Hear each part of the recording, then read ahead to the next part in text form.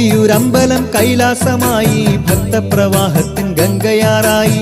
ദക്ഷന്റെ ഹോമത്തിൻ ഭൂമി വിളങ്ങി, ദക്ഷിണ കാശിയെ നമ്മൾ വണങ്ങി.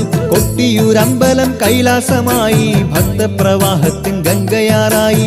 ദക്ഷന്റെ ഹോമത്തിൻ ഭൂമി വിളങ്ങി, ദക്ഷിണ കാശിയെ നമ്മൾ വണങ്ങി.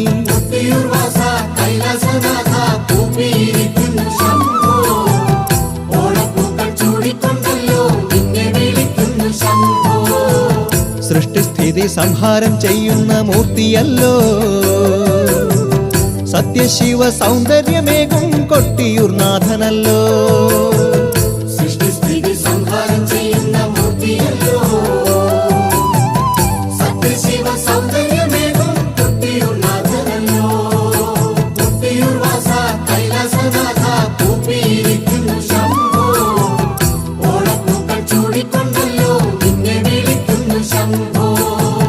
ദക്ഷനാകാലത്തൊരിക്കൽ ദുർഗാദേവിയെ പുത്രിയാക്കിടാൻ ബ്രഹ്മാവിൻ കാരുണ്യത്താലെ നന്നായി തന്നെ തപസ്സും ചെയ്തു.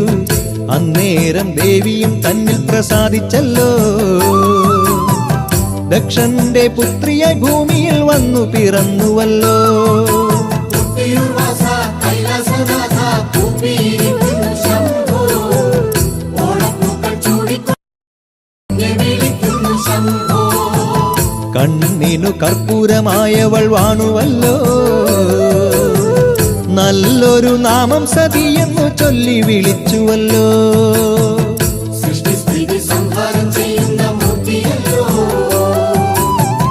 സത്യശിവ സൗന്ദര്യമേകും കൊട്ടിയൂർനാഥനല്ലോ. കൊട്ടിയൂർ വാസ കൈലാസനാഥ കൂപ്പിയിരിക്കുന്നു ശംഭോ, ഓണപ്പൂക്കൾ ചൂടിക്കൊണ്ടല്ലോ നിന്നെ വിളിക്കുന്നു ശംഭോ.